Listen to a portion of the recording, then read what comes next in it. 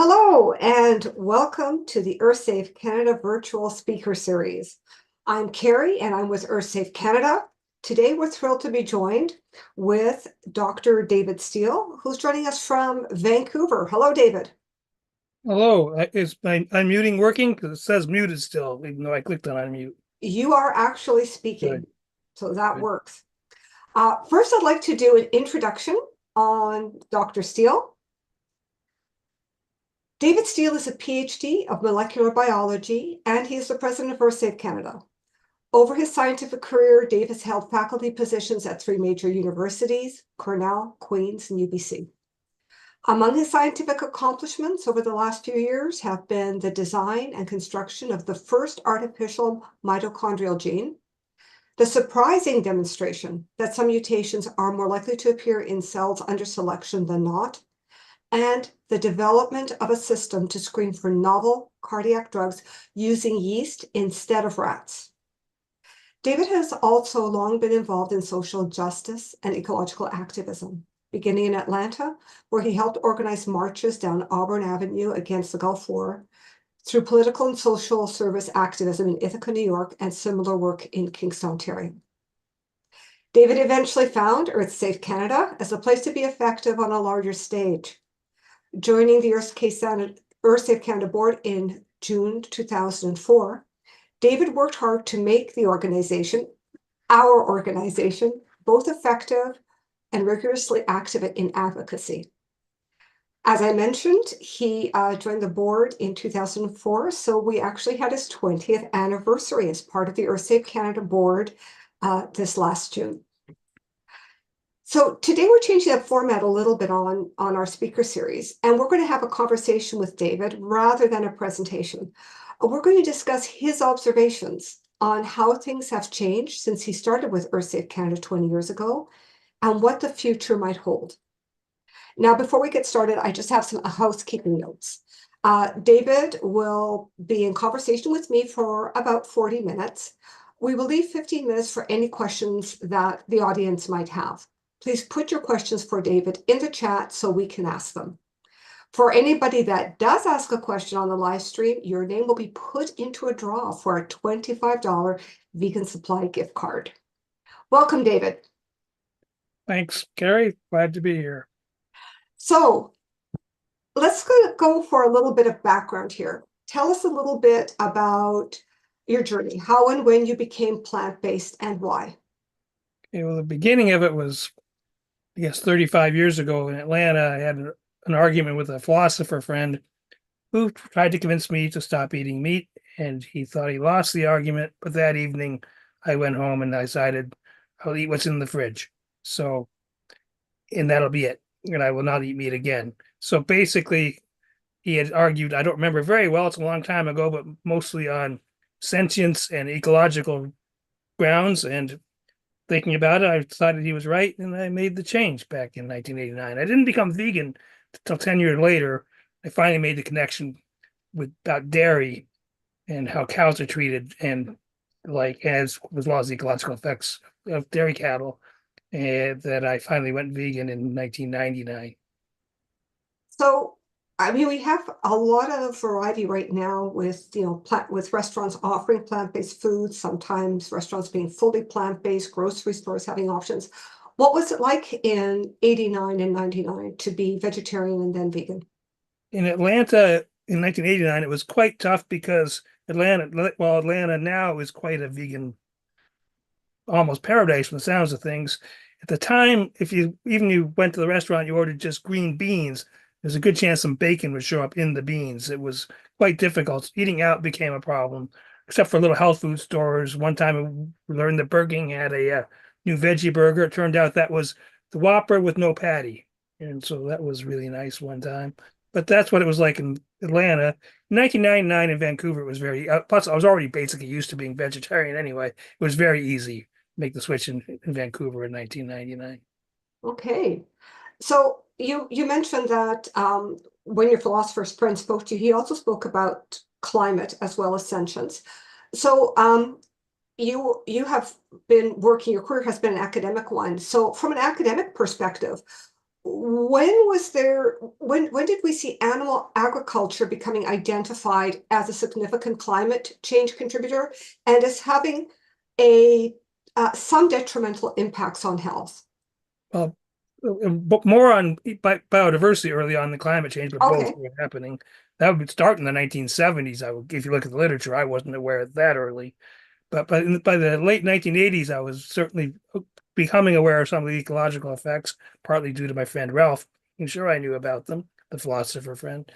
And it was quite clear, like in 1989 is also the year Earthsave Canada was founded, based on John Robbins' book, Diet for New America, which had a lot of information on the ecological effects of our diet. So there was a lot of information out there, but not so much on the public radar yet in 1989. And by 1999, it was more, as far as I could tell, it was very well known, but I was living in academic circles, not so much in public circles. So I'm not sure how, obviously, it wasn't that well known in the public.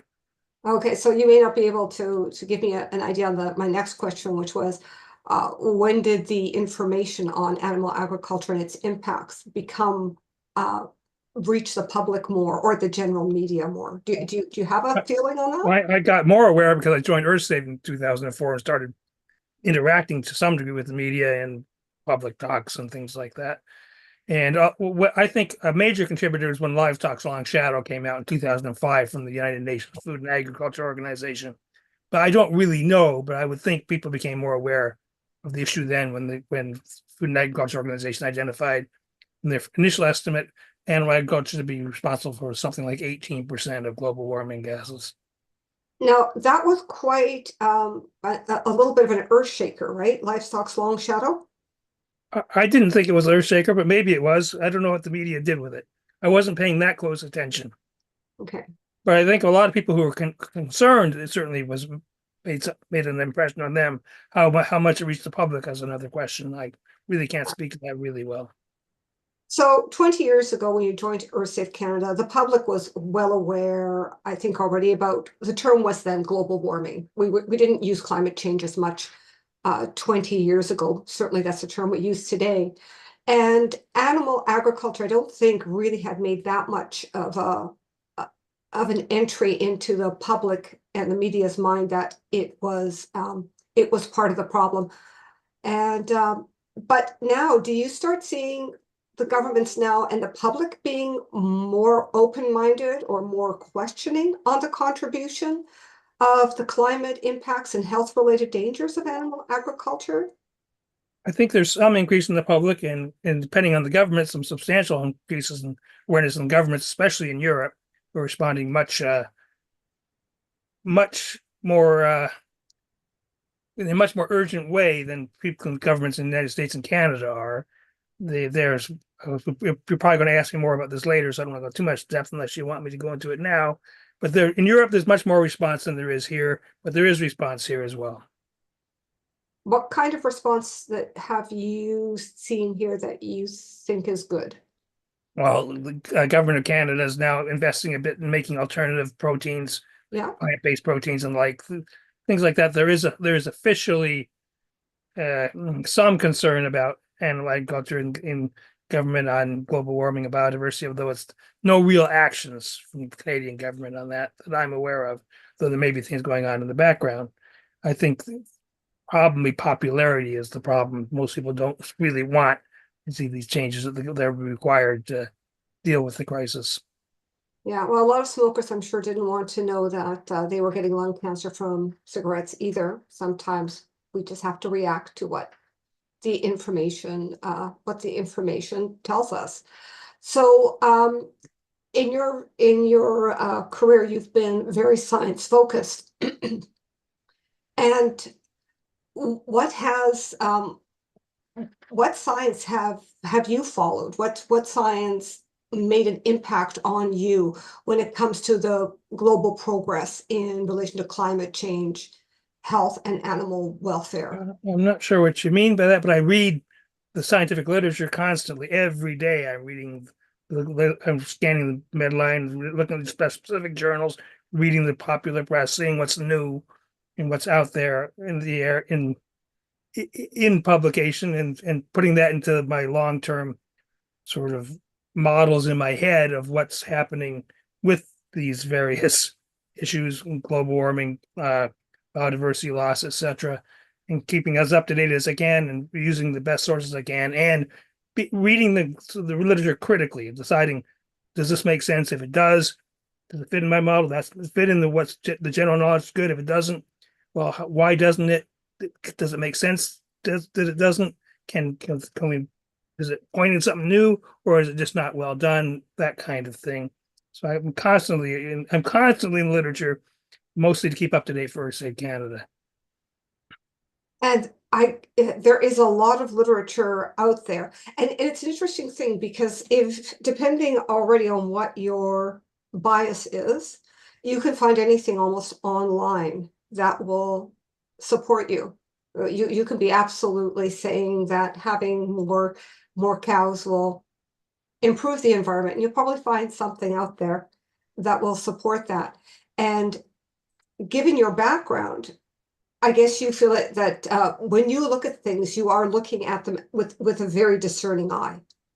Best I can, and and the and there's an awful lot. I don't know what you're going to ask later, but there's an awful lot of misinformation that's intentionally out there from the meat industry, etc. For example, nice thing today, just in Nature Food today, was a rebuttal to the quote Dublin Declaration, which was published a year or so ago mostly by scientists in the meat industry, which said animal agriculture is good for the world. We really need it. Don't cut back. And there's a really good rebuttal. Fine, it takes a long time in science to get a high quality peer-reviewed paper in. Nature Food rebutting it very well, published just today. You can find news items about it if you look for it. Just Dublin Declaration and a Google News search should turn up a news report at least on that new study that just came out. So that's an interesting thing that leads me to think on the whole aspect of regenerative agriculture. I actually was involved in a meeting where we were talking with a farmer in Pemberton, and he's a regenerative farmer. And I asked him a few questions, and he sort of danced around them. But the information that comes out from the regenerative community and those that support it is that this is it. Once you have regenerative farming, we will fix the problems. The soil will act as a carbon sequestering, and the cows eat better, so there's less methane. This is going to be the right answer. Well, there are forms of regenerative agriculture that do make sense, basically plant-based, and it is true that regenerative agriculture with animals does put a little more carbon into the soil until it saturates up to a point. It'll put carbon in the soil, but nowhere near enough carbon taken out put into the soil as is to match the amount of global warming effect of the methane and other global warming gases associated with raising the animals in the first place. It doesn't make sense. It takes enormously more land, so it's not going to be. They make claims of biodiversity, and not the help to cut biodiversity comes from regenerative farming. Regenerative animal agriculture is trivial compared to what would happen if you simply stop raising the animals and let the land go wild, and that would take up far more carbon, allow far more species to flourish. Regenerative animal agriculture is mostly an oxymoron. It doesn't really make sense. If you want to really get a good feel for that, I can recommend a book from George Monbiot called Regenesis. He does a really good deep dive into regenerative agriculture and the literature that around it. Okay, that's good to know. It's interesting you mentioned regenerative agriculture around plant-based, but for some reason in media and in most of the things that I see, I never really see regenerative agriculture for plant-based. I always see it for animal agriculture. So that one, it seems to have a smaller footprint in our media. Well, for a rather obvious reason, the meat industry is constantly pushing claims and putting out articles and doing pseudo studies to push it, and the media takes the bait over and over again. So where do you go for the credible information for the impacts of animal agriculture? And I think you may have touched on this already. So if you feel you've covered it, that's fine.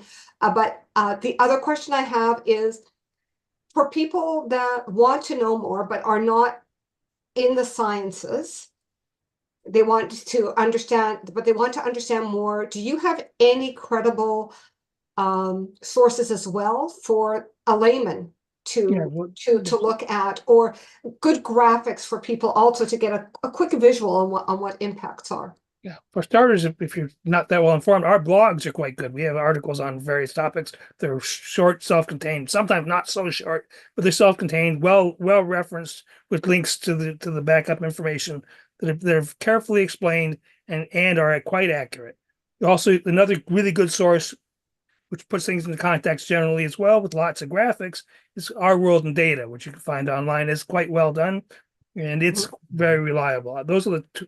I would, if you want to go for a data deep dive, Our World in Data has many things relevant to animal agriculture, plant agriculture, global warming, et cetera, et cetera. You can learn a lot from them. If you want nice little articles that try and put things in perspective more quickly, our blogs are quite good. We have many useful things. One, for example, we have one called I forgot the precise title. Basically, the major cause of biodiversity is on your plate. That's not the title, but that's the idea. And it was published in National Post last year as well. And it explains the quite quickly, but with with references you can click on, how extreme the threat to biodiversity animal agriculture is and continues to be. Yeah, so excuse me for giving one of my own personal opinions here. One of the things I really like about Our World in Data is it tends to look at things globally, and all of us have to realize that if you're buying in a store in Vancouver, um, and you might say, okay, but we don't have any animal agriculture in Vancouver, so it's okay for me to buy this. The minute that you make the purchase, the impact of purchasing animal agriculture products, it's a global impact. It doesn't, the environment, biodiversity, the climate is a global thing. So when we look at something like Our World in Data, which has global information, you see what your little impact might be. Maybe you don't have that the animal agriculture in your backyard, but the decisions that you make on what goes on your table, that I, has a global impact. I put that in a wider context. Okay. Yeah, your individual decisions don't make much of a difference because the market has to be affected.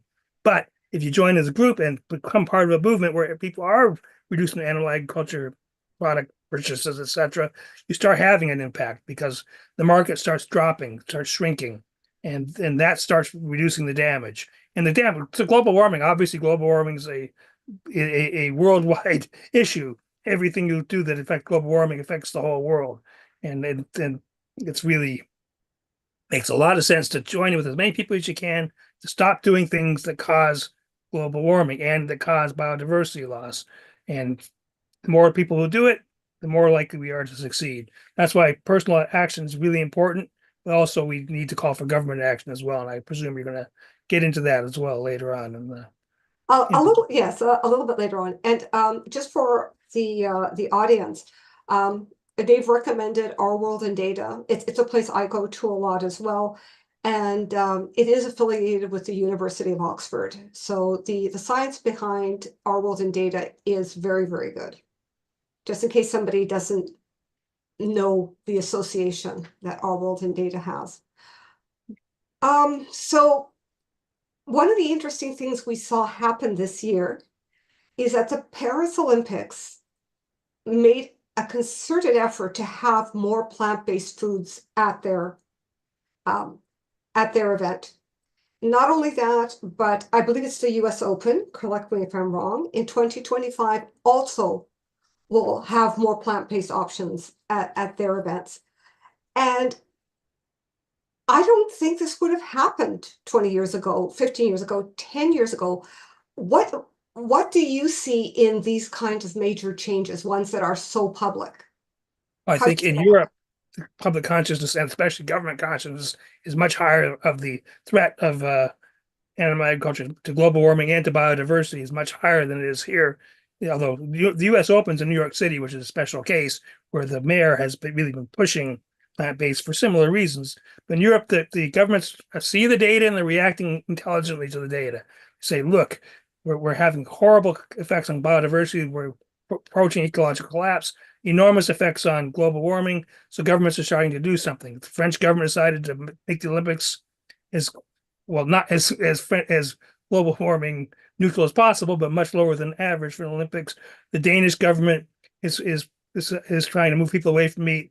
The Dutch government is actually paying farmers to stop producing meat in order to try and reduce the effects of the farming on pollution, global warming, biodiversity loss.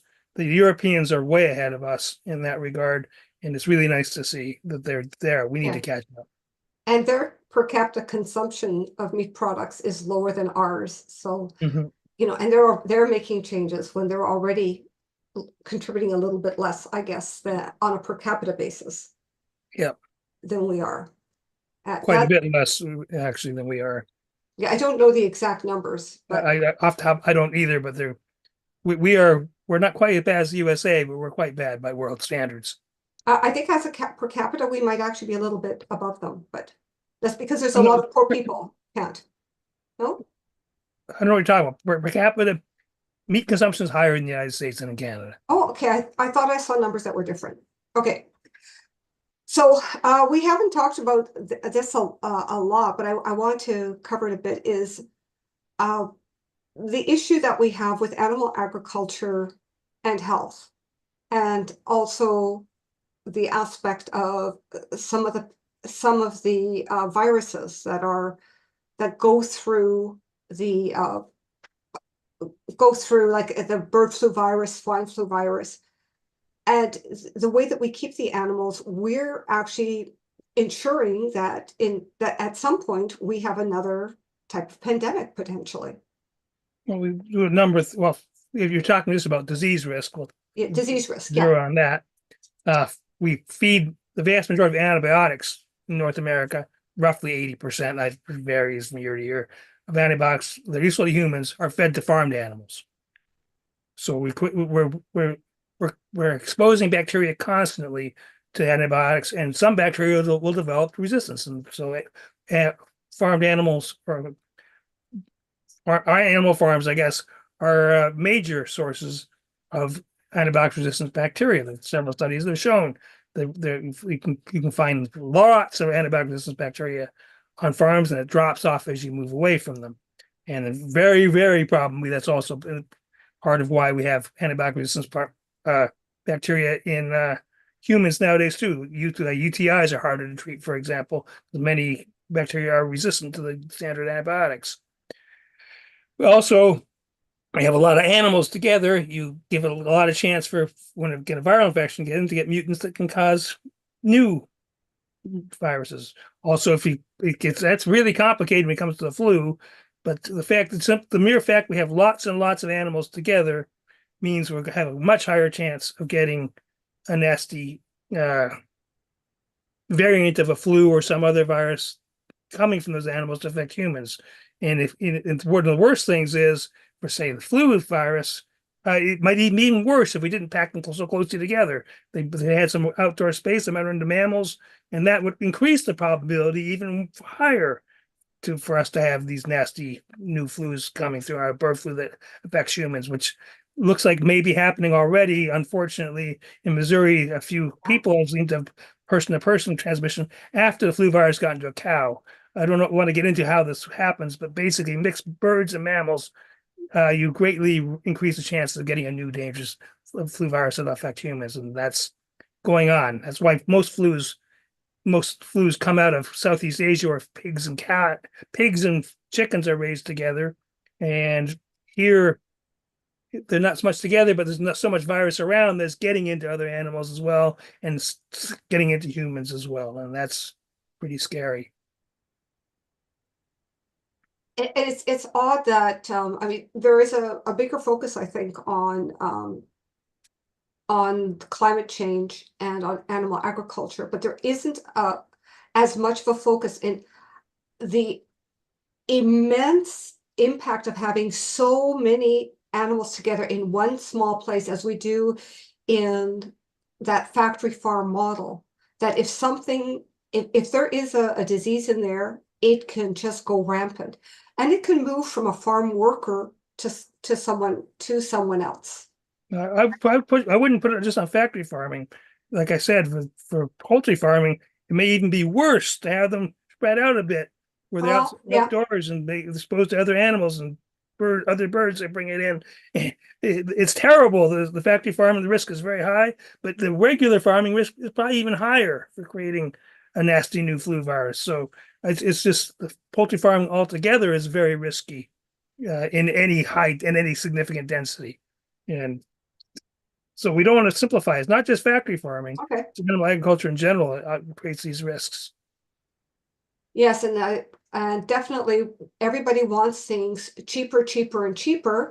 So we try to cut the way we do things and produce more, and then we end up in situations with greater impacts on the climate and more risk for disease. So, okay, so moving on.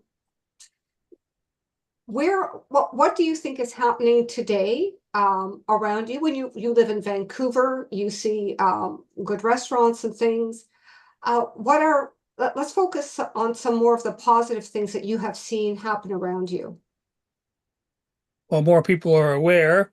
So it's easy to go get vegan meals in Vancouver and lots of other cities across North America and the world. That's a big improvement. When I've given talks to high school students, the excitement level of seeing there's something they can do to help lower their chances of having a terrible future is high. So people are aware that this can affect, especially younger people are very aware that this can affect their lives and is going to affect their lives. Global warming is a serious threat, biodiversity loss is a serious threat, and they can start to do something themselves by changing the way they live. It's just a little bit, very easy. Changing your diet's no big deal. It's very easy to do, really. It's easy to get your nutrition. There's lots of stuff online if you want help. There's recipes galore. Excuse me, I'm losing my voice a little bit. There's recipes galore. There's all kinds of stuff you can find online to help you make sure you have a nice, nutritious, plant-based diet. It's very easy and it's very good for you, and it dramatically reduces your effects, especially as more and more of us do it. It dramatically reduces our effects on the planet and makes our long-term, high-quality human life more likely. We have seen some changes at some of the universities. There's a program called the Canadian Universities Initiative, and I believe there's 10 universities currently involved across Canada, leading some of the larger Canadian universities. And they are trying to put menus in that are more plant-based, and they're being fairly successful at that. It's not a case where they're removing animal product, but they're providing more options on the plant-based side so that sometimes your default is plant-based and you stick with the default. Yeah, so UBC is one of them, Queen's University, University of Toronto, the University of Victoria, several of them. As you know, you and I are involved with an organization that's related to that activity, and our friend Eleanor Carrara has been amazingly effective in getting these universities to do this.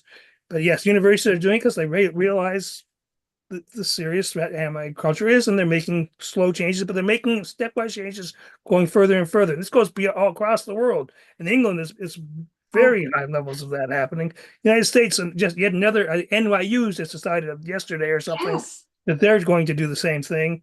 There's many American universities doing the same thing. It's a great thing, and also that's why since you brought it up, the university's initiative is now part of the plant-based cities movement, which happens. Carrie and I are both on the board of that organization as well as Earthsave. I wish my voice wasn't disappearing, but that organization is a great one to get involved with if you want to actually try and accomplish something. That organization approaches city governments, universities, other institutions, governments at various levels, and tries to intelligently and carefully tries to get change in those institutions. For example, we reach out to city councils where we asked them to reduce the amount of meat in their and other animal products in their facilities, their meetings in their facilities. And we've had great success in Montreal, success in several other cities across Canada already, including North Vancouver, where Carrie lives. Yeah. We go in very prepared. We know what we're doing. We talk with councillors. We have a local person who we support greatly in getting the information to the council. We appear ourselves on the council meetings as well, and we're being surprisingly effective. The organization is only a couple of years old, very effective. You want to get involved, I highly recommend you look up plantbasedcities.org and sign up and start lobbying your own city. Oh, absolutely. And one of the things that Plant-Based Cities Movement does use is it uses the Earthsave Canada brochures. Now, I don't know if all our viewers here are aware, but if you go to the Earthsave Canada website, onto our resources, we have brochures that are available, and they cover different aspects of being plant-based. Some of them, one of them is just lists the impacts of animal agriculture, but another one of them will be how do you get your calcium, how do you get your protein? Because those are the questions that often come up for people that are transitioning or people that don't believe they can get those nutrients from plants. And those are really, really important. That is really important information to bring forward. And because Earthsave Canada, as David has said, we're focused on very accurate scientific information. The information's that's there. It can all be sourced back to its original, to where the original information came from. So that also helps plant-based cities because we have the information at hand that Earthsave has produced. So it's a very good way for two groups to work. The one thing that I'd like to comment on that Dave just mentioned is lobbying your institutions, your cities, to have more plant-based options available or to prioritize plant-based options is a really important thing to do because they can buy a lot. And if they make a little bit of a difference, that becomes a little bit more normal to people. And then that hopefully starts, it's the snowball effect, right? A few more people know that I'd rather use hummus than ranch dip, right? A few more little things like that. And all of a sudden it snowballs to a few more things. So it is important that we end up speaking to different organizations that have a bigger impact on how much food that they buy so that we can save our planet. Almost every city, every province, and most countries have some kind of climate action plan. Food should be on it. Yeah, it is on some, but not on most. And I was going to make another point. Now I've lost track of what I was going to say, but it was basically it's really important to get policy changes made in government at whatever levels we can get them made. Policy will drive other people's behavior as well, not just your own. And that's important. We don't want to force people on anything, but we want to inform people and guide them and nudge them towards behaviors that are better for them and for the world. So, Dave, one of the things that Earthsave Canada has done in the past and is going to be doing again soon is Earthsave Canada has talked to high school students, and often that's you that has gone and spoken to high school students. Now, these are the young people that are going to be left with the world. And what do you find their reaction is when they hear what the situation is and what they can do? As I mentioned before, they're surprisingly interested.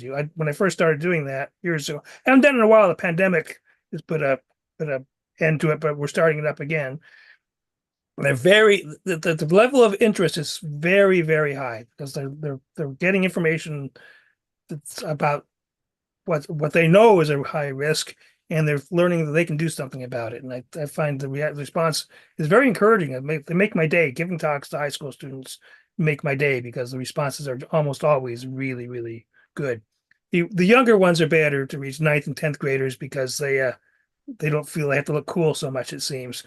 You can have much more back and forth with the younger ones than I can have with the older ones, who I mostly seem to have to lecture to rather than get the good back and forth going. do you have a did you get a feel for what surprises them the most? What is Well, something that I think they actually get makes them surprised. They think? get surprised at how big an effect their food choices can have on the world. I think they get surprised in that. They get surprised that they can do something that they can try and influence others to make positive change. I think they get really surprised at how serious the effects food choices are on the world. Where the big surprises are, and I've already outlined. In biodiversity loss, the great majority of biodiversity loss in the world is due to animal agriculture, both directly and its contribution to global warming as well. Global warming doesn't help either Yeah. in biodiversity, but animal agriculture destroys so much land, takes so much land.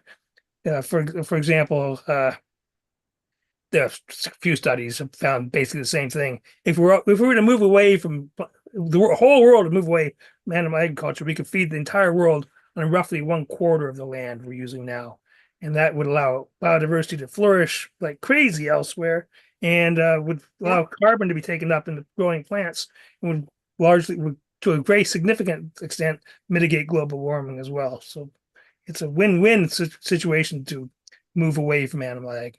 So one of the things I do want to touch on before we go on to go on to some of the questions that we have from the audience is when it comes to animal agriculture, the impact of it is not just the animals.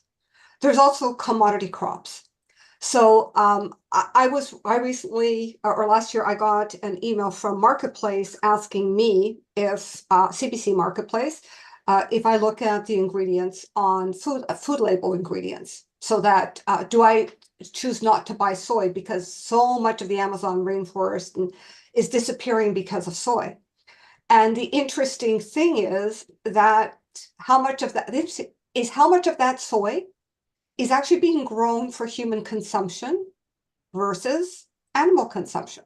Yes, about 90 depends on the estimates. Roughly 90% is for animals, and humans probably 4% is directly eaten by humans. Roughly, those are the base. That's basically accurate.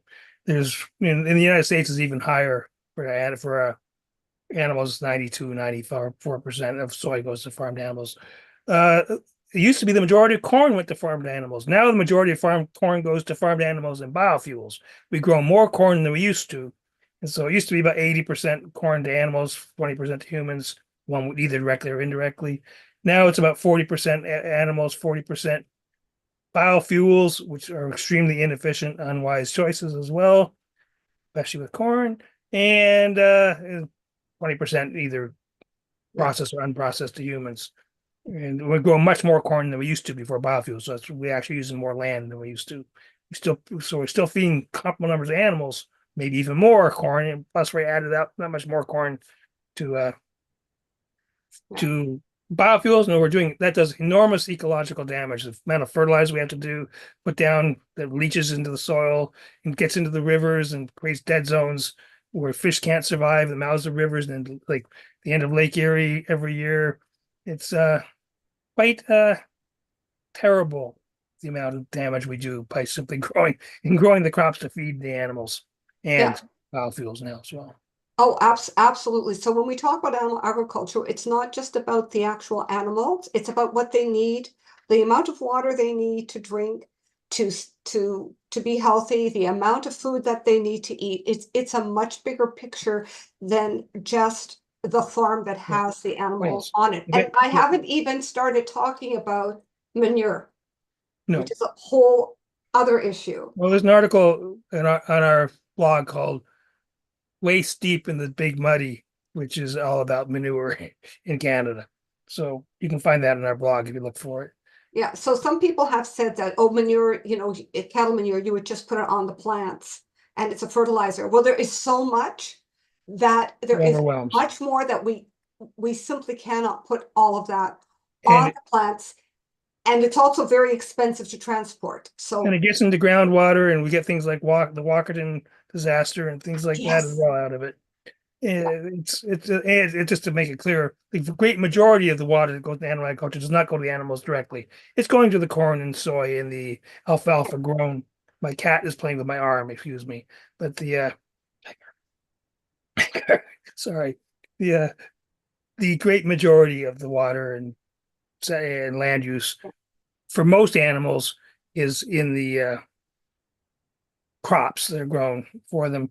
Cattle also graze over large parts of the West, which complicates this story there, but it's nevertheless the same basic story. Yeah, understood. That's those are excellent. Now I think we have a question here. Let's just see what I've got here from the audience. All right, let me just get to the question here. Okay. What advice would you give to small political progressive parties, one which I'm active with here in Manitoba, to advocate for a plant-based vegan focus? Would you emphasize environmental, human health, or animal welfare perspectives? And this continues agricultural, economic, health, agricultural, economic, or health perspectives. Me, I'd emphasize the environmental issues, especially resonates more with the public, and the health issues. Unfortunately, animal welfare doesn't resonate with most of the public. It should. In fact, when they're surveyed, the public says they are very much on animal welfare concerns, but they don't act like it. So I'd emphasize the environment especially, and I'd be careful to also note that you want to be helping farmers transition, to look into helping farmers transition, because there's an awful lot of farming depends on the animals as it's set up right now, both to grow the crops and to have the animals themselves.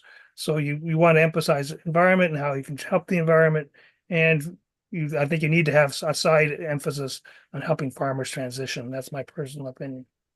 Yes, and I would definitely agree with that. When you take a look at most municipalities and provinces, they actually have a climate action plan. So if you're talking to any level of government, take a look at what their climate action plan is, and you can possibly find places where food can be brought in as part of the solution. And that is an important part. The other thing too is you can't look anti-farmer. And one of the big messages is if you're plant-based, oh my gosh, what are you going to do without a farmer? That's all we eat, right? We eat what comes from a farm. So just making sure it doesn't look like you're anti-farmer. And I think that's a message that's been going forward from some of the industries, is that when you promote plant-based, that you're anti-farmer. Yeah, so Is I that would your definitely have experience? some sort of holistic policy that incorporates these various aspects of it. Otherwise, opposition is likely to be quick and problematic. Yeah. And it is I don't know if this is actually something that is out there, but sorry, I'm not wording this properly. I've always wondered, I don't know if you know about know this, Dave, but I've always wondered, is there a difference sometimes between the pesticides and fertilizers that can be used on food that is grown for human consumption versus food that is grown for non-human consumption? I'm not well informed on it, but I would hope not, because animal fat often concentrate pesticides. So I presume not, but I actually don't really know. So I could be wrong. I hope I'm not wrong. Okay. So I think that's another point to take away, is that if people are worried about the pesticides that are used on lettuce, on the corn they buy, animals are consuming at minimum the same pesticides that you would get from what you buy regular food from the regular vegetables from the grocery store, and then they stay within. And on top of that, meat. they eat much more plants. It's a good rule of thumb. Depends on the animal. It's going to be several fold, maybe 10 if a cow, many fold more plants than humans will get. Then will be converted into food that humans can eat. And so they eat a lot more plants than we do, so they get more of the pesticides in them, and many of the pesticides concentrate in fat. Yeah, so people tend to forget that, because when we just see the meat that is there is no obligation for any kind of information to appear on what went into the animal that provided the meat. Meat is very highly processed food by nature. Its plants have been reprocessed into meat by the animals. And but one thing that does also surprise me is that when we take a look at our hospitals and we take a look at events that are supported or funded by various governments, sometimes you'll see highly processed foods. You might see bacon something there, or you might see a sausage something there. And yet we're in a situation where our healthcare system is being stretched. And yet we have foods that are recognized by the AMA, the American Medical Association, the Canadian equivalent of that, and the Canada Food Guide, that are group 1 carcinogens, and yet governments and institutions will spend money, sometimes taxpayer money, on serving these items. Mm-hmm. True. And is that something that would, from your perspective, David, would you see that as something that we should like almost change immediately, removing group 1 carcinogens? Well, within limits, yes. You can push anything. Well, I think we should not be serving these things. These red meats a significant carcinogen and cardiovascular disease risk as well. Not even though it's not processed. I think we should government should be encouraging dramatic reductions at minimum of consumption of these things. From a process perspective, would you if you ate meat, would you feel more comfortable knowing what you know about the impacts of processed foods? Would you feel more comfortable with a turkey burger versus a beef burger? I'm not going to comment on that. Okay, never mind. I do realize that was a bad question. Sorry about that. Okay, we have another question. Let me would you favor subsidies for animal agriculture transitions? Hold on. Yes, yeah, I would. Because farmers are going to suffer if we make a sudden change. We have a lot of people having difficult lives. So I would definitely favor subsidies for transitions. And subsidies for much animal products are generally subsidized quite heavily already in a variety of ways. I favor subsidies for plant-based foods. So it's kind of amazing. So you can buy a salad that costs more than a steak sometimes. That makes no sense. Yeah. We should be subsidizing the plants so people can be healthier So and the environment be better off. Do you have any concrete suggestions on how transitions could be done? Or examples around the world like Denmark or Holland? What the Netherlands are doing is helping trying to educate the public to eat less meat and other animal products, and they're actually literally subsidizing the reduction of animal product production by their farmers, directly paying farmers to stop producing animal products. So that's quite reasonable in my opinion, and it can speed up the process very quickly. But of course, there is opposition. It's not easy. They're not having an easy time. So it's not like this is easy. The public, even in Europe, is not really as ready as they should be. They're not as well informed as they need to be about what the costs of our current actions are, and that's still a problem. And the meat industry is constantly producing propaganda to say that meat is not a problem, so that doesn't help. So are you optimistic with respect to the future in terms of turning around our current trajectory? I can't say I'm optimistic, but I can't live as if I think that we don't have any hope. So I act as if there's hope. That's best I can say on that. I have trouble seeing people doing what they need to do, but maybe we can be wrong. One of the best things about being human is we can be wrong. And so I hope I'm wrong, and we will step up and do what we have to do, but it's not obvious that we will. We have another question from the chat. Would you recommend advocating plant-based food in hospitals as a means towards lowering healthcare costs? And aside from New York City, are there any other jurisdictions that you are familiar with doing this? Yes, Vancouver General Hospital ran a program recently doing precisely that. So yes, I'm definitely in favor. And Vancouver General Hospital has come outside. Fraser Health there's rumors at least Fraser Health may be doing something soon. Several European hospitals are doing similar. New York's a really good example, though. All their public hospitals have plant-based food as the first thing offered to people. They're Yeah. offered plant-based. They can choose non-plant-based if they want, but the majority take the plant-based food.